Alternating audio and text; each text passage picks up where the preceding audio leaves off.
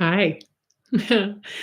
Welcome to a much delayed Sunday afternoon video instead of Sunday morning. I took care of my 3-year-old granddaughter last night, and I didn't get a lot of sleep. And oh my gosh, mornings are kind of crazy. So I just pushed it back. So if you're watching this live, I appreciate you sticking with me. If not, it's recorded. You can get to it whenever.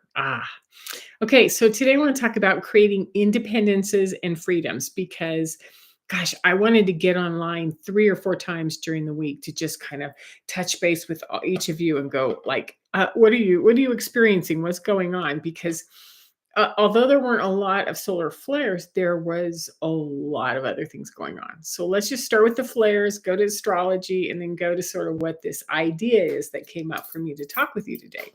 So, as far as the solar flares, it was a pretty mild week. It was low C's, mid C's, high C's, C8, C9 into the M1s. And what that really means is that the C's are continuing that tapping, tap, tap, tap. There's something we want you to do, something that we're trying to get your attention, something that's saying, pay attention, it's not working. Or what if you could do something else, right? So C's are just tapping, tapping. And occasionally there's this tower M. So low M is like rumble, rumble, shake, shake. Something you were depending on is going to fall through. Something's going to surprise you. Something in the physical world is going to get your attention because you're not paying attention to the tapping, right?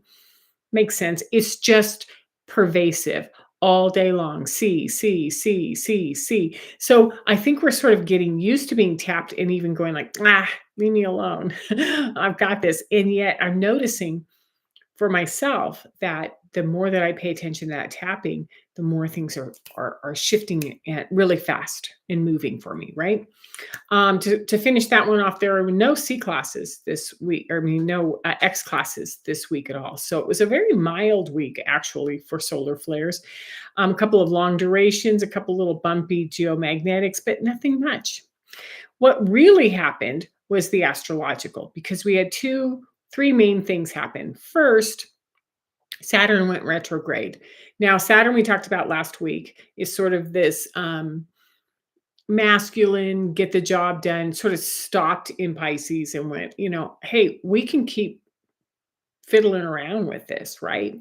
And pretending like you're like you actually know what you're being tapped on, or let's just stop and see what I'm trying to do to get your attention. Tap, tap, tap, tap, tap, right? Saturn, great. And then Neptune went retrograde right after that in Pisces at 29 degrees. And I was trying to think of what it was how I would describe Neptune, outside of the fact that Neptune is the deepest oceans, the most expansive, the water-based emotions, right? The how we hold ourselves in our emotions. And it got almost all the way out the door, like you're packing to go on vacation. And some people are like really great at being packed and ready to go. And then other people are a total shit show for the whole 24 hours before they leave. It's like Neptune got up and there's just all this chaos and things are not being done. So so Neptune's just pulled back and said, this is not the way we're going to go do this. I'm not moving in to the next sign, right? I'm not going across that line until we've done some of this work. And then we have this very gentle, beautiful, oh, beautiful new moon in Cancer, right? On Thursday, Thursday was the 4th of July on the 5th. So as you can see, I'm a little tired. Interesting. Then on top of that, in the US, we had some sort of challenging things. We've had heat waves nationally, right? Montana's just ready to go into it. We start today up and it heads up into the 97s, 98s after torrential rain. We had the debate, not going there, just there's politics going on, there's stresses. And then we have this sort of July 4th holiday, which was in the middle of the week. So you could stay up late and go celebrate. I don't know about you, but there were fireworks going till 1 a.m. around here. And thinking, okay.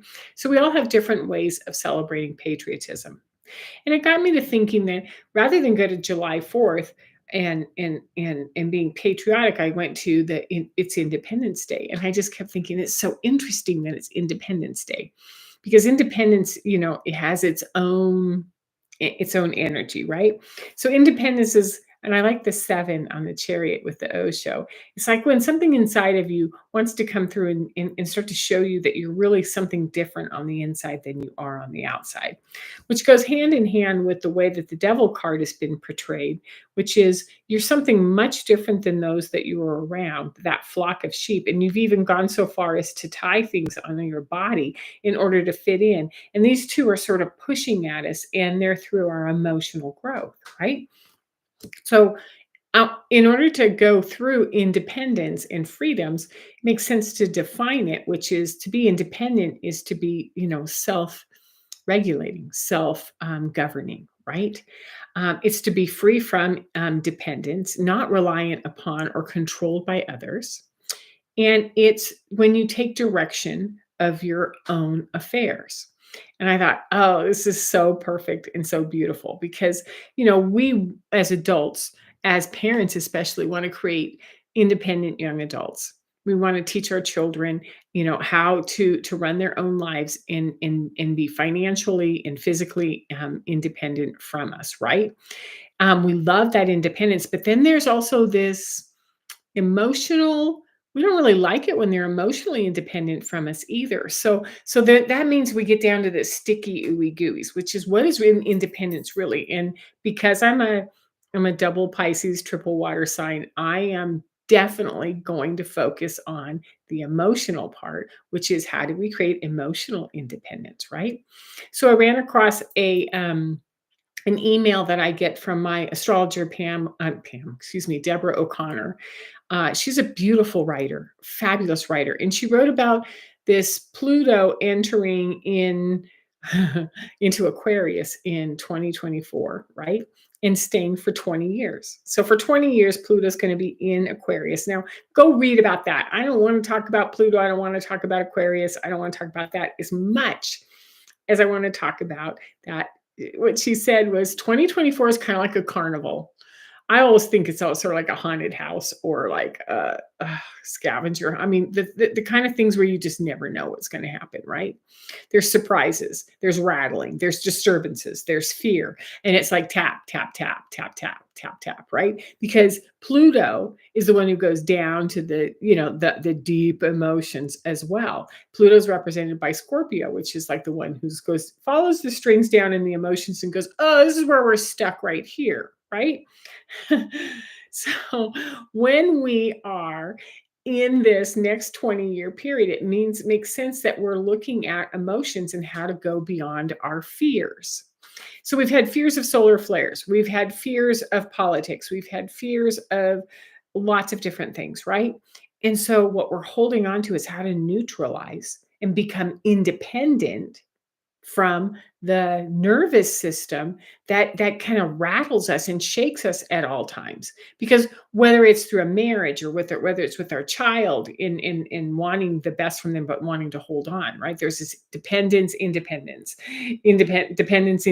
right? Is that when we go after our issues around our fears, what we do is we create a more balanced nervous system. So we're going to take the emotions, the nervous system, our fears, and look at how Pluto's sort of telling us, and the flares and everything that are going, like, how do we get some independence from being reactive to the world around us and can stabilize ourselves? So I brought in the Osho sevens. They just started talking to me. So when we're in emotional reactivity, we don't know if someone's doing it to us or we're doing it to them, or we're going back and forth, and it's blurry. And one of the favorite lines I use in the coaching when I work with parent and family systems is that line, if you would just blank, then I could blank. It's like, if you would stop doing that, then I wouldn't be so angry with you, right? It's like you over there, you over there, you. And this goes back and forth and back and forth and back and forth. And you just can't break this argument, right? And then you go to the seven of fire, which is where I'm trying to do everything. I'm doing this, I'm doing this, I'm doing this, I'm doing this. And I'm so happy and so proud and so stressed out and so angry and everything that goes on, right? And then I love the idea that there's this little monkey, right here with this needle that's ready to pop that ball and just knock you off. And I think that that's what the tap, tap, tap, tap is like, whoa, what are you really focusing on? Because what you're doing isn't working. When we go to the Seven of Swords in Osho, it's like, how many masks are you wearing and who are you pretending to be? Because you're really not representing yourself in your truest, most authentic form. And it means that you have a lot of fears of being discovered, a lot of mental fears of who do I tell that story to? Who do I represent this to? As opposed to just being relaxed and being yourself. It makes sense, right? And the one that's really positive and beautiful is the seven of discs, which is, I'm gestating, I'm bringing something forward, and it's going to take some time. And so that's where we really are at this point, is that we're working on how to create emotional independence, and it may take some time because we have to go down and do the deep work. We have to go find or explore, our own emotional patterns. When this happens, I do this. When this happens, I do that. So an example would be when somebody raises their voice at me, I can either push back like, no, you're not going to talk to me like that. And I get really angry and defensive.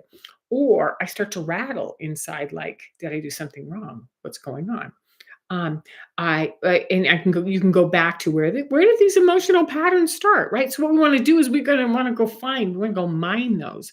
We want to go detect them and break them open and go. I have emotional patterns. Where did they come from? How do I neutralize these? Right? Because it takes emotional courage to go find them and to go say, like, down to the bottom and go, oh, this is where it got stuck. It got stuck in dad at the dinner table and dad at homework and blah blah blah. We can go in through all of these things, right? So it takes courage to find our way out of those kinds of fears. It makes sense. And then when we create independence from this emotional reaction, then we are this, I don't know, God's coming out from inside going like, wow, so I'm not rattled anymore. I'm not afraid. I don't have this fear in my outer body. I know who I am on the inside, and I'm not going to be rattled. And you can see my stature changes. It's almost like, I am free from being rattled about this, right? Because what happens is when we create this independence from emotional reaction, what we do is we free our brains to start to create and to imagine and to start bringing something beautiful in, to give it time to go like, well, now that I'm not in reaction, there's not a fear in her, in any part of her body, right? It's like, wow, what can I create? What can I expand into? What can I bring forward? Because what we want to do is we want to encourage all these forms of information to flow through us so that we can start to create a new way of being, a new role, a new world, a new system for ourselves, because we're looking at new perspectives, we're looking at new perceptions, we're looking at transforming. So when we really look at it, we have this independence coming in from Saturn, from Neptune, from Pluto. And those are the big guns. Those are the big people, the big guys that are holding us responsible for being who we are, why we're here, and what we're here to do, right? So at my core, what I'm always bringing to you is what do we have to do to get to a higher level of self-knowledge? How do we create balance in how do we respond instead of managing these emotional, energetic reactivity? Because it starts with me in coaching and family systems, and then it goes into one-on-one dynamics, and then it goes into relationship with self, right? Which is, how do I get out of emotional or energetic reactivity and become independent so that I can navigate through the world in a different way? So I'm doing energy management and I'm developing my own sense of freedoms. This is what I do. If you would like to, I'm not even going to put a plug in. What I'm going to say is that next week, I have some new things to offer. This independence concept just opened up a lot for me. So, I'm revamping everything and going like, the old ways just didn't work for me. Let's try something new. So I'm going to put that little carrot out there and say, next week, I'm going to talk about it. Meanwhile, I have 5 tips for you. So the first one, man, I'm just going to say it, access your courage. Find the courage to go do the emotional explorations that you need to do, right? However, you need to do this, whether it's through therapy, whether it's through energy work, whether it's with a shaman, whether it's journaling, whether it's I walked for an hour every single morning at 6 a.m. and it was like I have to get to the bottom of what this emotional reactivity is all about, right? So find someone that can help you or do it yourself, but get the courage because these are just simply patterns that we once learned and we can change or we can redirect or we can transform them. So number one is that however you do it, summon the courage to start looking at your own emotional patterns. Not an easy task, but I'm telling you, there's so much freedom on the other side of it. Number two, recognize that we are being invited, encouraged, pushed, tapped, right? into doing this emotional patterns work by the solar flares, by the astrological transits, by the witnessing of our institutions, completely falling apart, whether it's our political institution, whether it's our education system, our medical system, our financial system institution. These things are just wobbling and they're trying to redefine themselves and nothing's working as was predicted over hundreds of years. And as with the indigos coming in the mid to late 70s, which are dismantling these institutions that don't work anymore, that cause us to that create within us great levels of fear about finances, fear about stability, fear about relationships, fear about our health, right? So these institutions are crumbling, and as they're crumbling, we're sort of in this fog because there's new information coming up from within, and it's like, whoa, how am I supposed to navigate through all of this? And it's overwhelm, and there's information coming in right and left. So what I'm going to say is that you're being tapped, you're being pushed, you're being invited, right? You come do this emotional work because what you resist will persist. It's not going to go away. In this Pluto 20-year period, the faster, the better we do that, the better the rest of our lives is going to be, right? Number three, you're creating your own energetic independence from external actions, right? From people, places, and things. From those external pressures, job, relationship, kids coming home from school. What you're doing is you're finding out how to neutralize your reaction, and you're going like, so I'm not going to be afraid of this. I'm not going to worry that it's falling apart. I am literally creating it from the external, from people, places, and things on the external, so that I can then embrace the internal. So what we're doing is we're creating energetic independence from the external so that it can't control us or shake us or rattle us anymore. Okay. So it's focusing on the external. Number four, understand, trust that your outer world, those people, places, and things will change as well. They're going to change. You're going to change. When they're going to adapt or they're going to pull apart, you're going to shift and change and align, and you're going to start seeing people that like to get into this kind of stuff with you pushing back or going away. You're going to realize you can't do this kind of work anymore. You're going to realize that you need to be a lot more authentic about who you are. You need to create a lot more peace. As you change your ability to manage your emotional stability, it is going to change everything in the outer world. Just know that. So it's people, it's jobs, it's money, it's social expectations, it's family structures, it's everything. And last, number five, wow, this is the time to hold compassion for yourself, right? Because this is your journey. It's your growth. It's what you're learning how to do. And while you're holding this, like, wow, I'm going through a lot right now, you can also look over at the next person and go, they're doing the same thing. So just know that this week is intense, and it's going to keep inviting us, pulling us towards this independence from being rocked around. So thank you for hanging in there, and I will see you next week. Take care.